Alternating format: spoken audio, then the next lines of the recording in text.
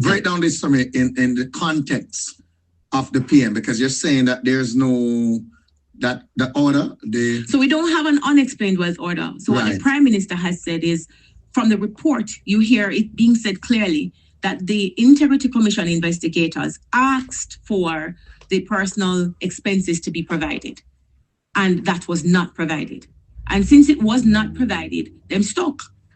It's a hurdle. Them can't move, because without the personal expenses, they cannot. Remember, I told you to think about it like a puzzle. They can't put the figures into the personal expenses to be able to clearly identify what sum is outside of the income. Then how to explain it? They can't identify it because they have not been able to properly look at what your personal expenses are to correlate them to the transactions. In light of that, and all the questions swirling and different